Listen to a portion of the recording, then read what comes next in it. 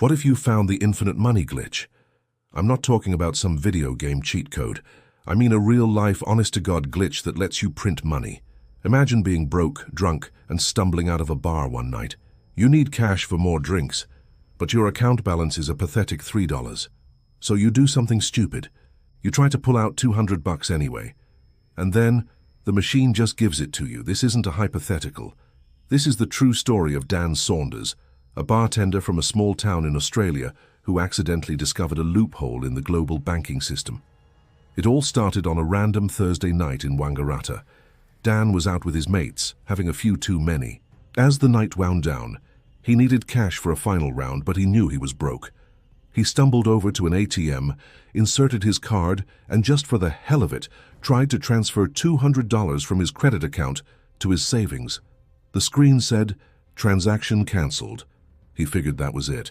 But then he tried to withdraw the cash anyway, and unbelievably the machine spat out 2 crisp $100 bills.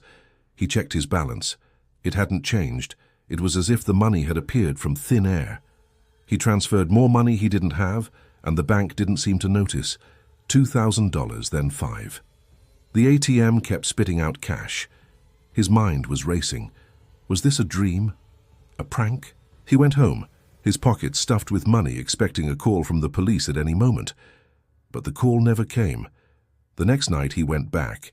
He tried it again, and it worked. Again. He'd found a crack in the system, a ghost in the machine. What Dan had discovered was a bizarre timing flaw.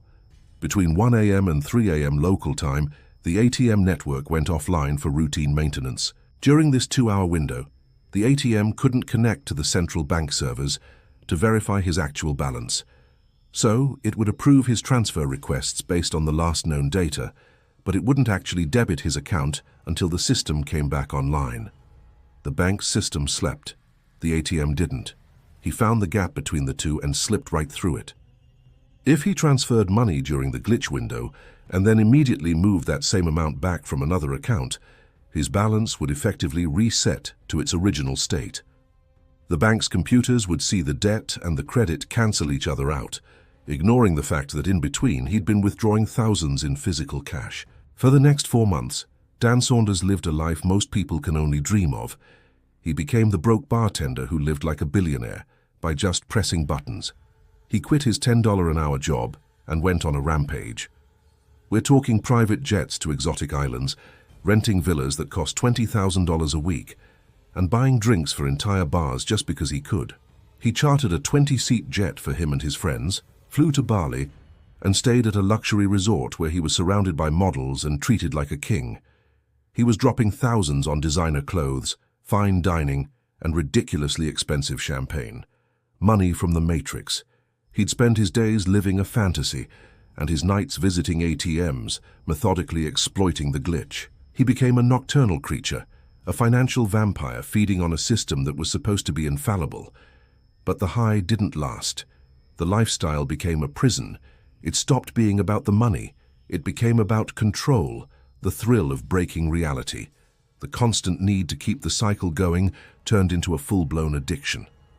He couldn't sleep. He'd lie awake, his heart pounding, waiting for that 1 a.m. window to open.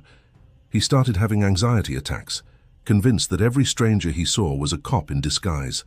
The once exhilarating trips to the ATM became terrifying rituals. The green glow of the screen lit up a face dripping with sweat and paranoia. He was haunted by the ghost in the machine he had unleashed. The digital rain of numbers on the screen started to feel less like a jackpot and more like a countdown. Then one day he just stopped. He'd transferred about $1.6 million. He could have taken the money, created a new identity, and vanished. Many people would have. But the guilt glitched harder than the money. The paranoia was eating him alive. He knew it couldn't last. He tried to call the bank, but they hung up on him, thinking he was a prank caller. No one was coming for him. The silence was deafening, so he did the unthinkable. He walked into a newspaper office, told them his entire story, and then walked into a police station and turned himself in. The legal system didn't know what to do with him. He didn't hack the bank. He didn't steal in the traditional sense. He simply found a button that said, "Free money," and he pressed it. The bank had basically hacked itself, and he just noticed. After a long legal battle, he was eventually sentenced to 12 months in prison for obtaining financial advantage by deception.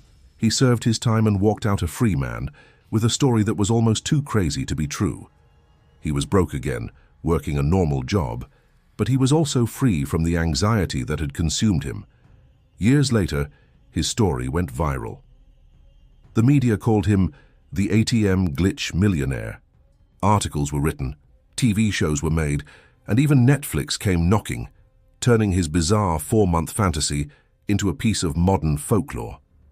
The man who bent reality was now a legend. When asked if he regretted it, his answer was telling.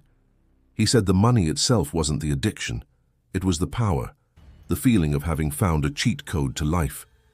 Reality has cheat codes. Some people just find them first.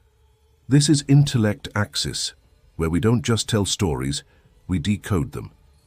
Thanks for watching.